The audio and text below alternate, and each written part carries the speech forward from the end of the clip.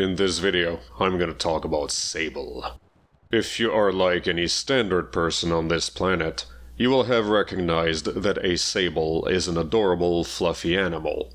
If your name is Brian or Roman, you will have recognized that a Sable is a model produced by the Mercury Motor Company and is essentially a Ford Taurus with a bigger price tag. If you are a hipster, you will have recognized that Sable is French for sand. Lastly, if you are from the Midwest, you will have recognized that Sable is a former professional wrestler.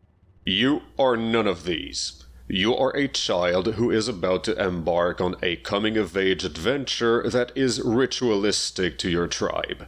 You are meant to go out and explore, and it is up to you to give meaning to both your journey and your destination. It is expected that you will take your sweet time, you will stop to smell the flowers, and you will derive an existential symbolism out of some life-altering experience. Instead, the adventure plays out exactly like a real-life teenagehood. There are long moments of nothingness peppered with pop quizzes. There is the realization that adults are just winging it. There are a handful of landmarks separated by large swaths of stone and nothingness. And then, of course, some random douchebag tries to convince you that these are the very best days of your life, and that everything goes downhill from there. Curiously, the character who delivers that nugget of priceless wisdom is always the token weird guy who sports a mustache that went out of style 30 years ago. Now he spends his days weaving a magnum opus out of the tail of the crucial field goal he missed by a quarter inch. The theory is that you are supposed to enjoy the ride, take in the sights, and progress into a final form which you deem fits yourself and your personality. There are no dangers, there are no enemies to fight, and nothing can hurt you.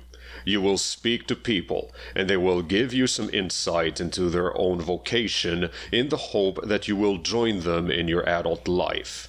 Some 20 hours later, you have completed everything on your to-do list, you become an adult, fade to black, and everyone is proud of you. The practice is that you can fully upgrade your bike for $900 while skipping over the intermediate pieces, and even that is entirely optional since your bike is simply a way to unlock each fast travel point on the map so as to avoid using the bike altogether. Your vehicle is not a dune skipper so much as it is a product of the game physics subreddit having an illegitimate child with the source engine. You will be puttering along as you do, and then your bike will quite simply fling itself into the air for reasons that it shall take to its grave. If you are not riding, then you are climbing, and there is not much of a prescribed way to go about the climbing puzzles, since nearly all the surfaces can be climbed. You can either do them however the game expects you to do them, or you could scour the land to find 100 chum eggs so as to upgrade your climbing ability to its maximum, and then brute force straight through the puzzles. The latter option is attractive by simple virtue that there are nearly twice as many eggs in the world as what you need to fully upgrade your stamina, and most of the collectibles are concentrated around points of interest or otherwise eye-catching landmarks. Of course, getting there in the first place is the challenge, and although it does nothing but consume more time than expected, it is much like the Chinese water drop torture in which one single thing gets repeated often enough so as to become a throbbing headache. The first time you lose control of the bike, it is considered a fluke. The 10th time is considered an annoyance. By the 100th time, I want to just be done. It does not help that there is little to do between landmarks. There are a few semi-hidden features that relate to a handful of quest lines, but aside from these, the overwhelming majority of the design is cosmetic rather than practical or entertaining. If I was to be riding a futuristic floating motorcycle, I would have liked a circuit to run onto, or a half-pipe to do tricks with, or anything whatsoever to capitalize on the concept of riding a futuristic fucking floating motorcycle. I do not get even that, and the bike barely works at a basic level, and the game is on version 3.7. Perhaps there are some points of discussion in the visual art direction and the music choices, but I have no interest in even approaching the subjects. It turns out that the experience did indeed play out like my own real-life teenagehood. I did the bullshit the adults wanted me to do. I took on whichever vocation would keep me alive long enough to eventually die of old age someplace warm. I was happy to have the paper that confirmed I was now an adult, capable of winging it like all the others, and I never looked back.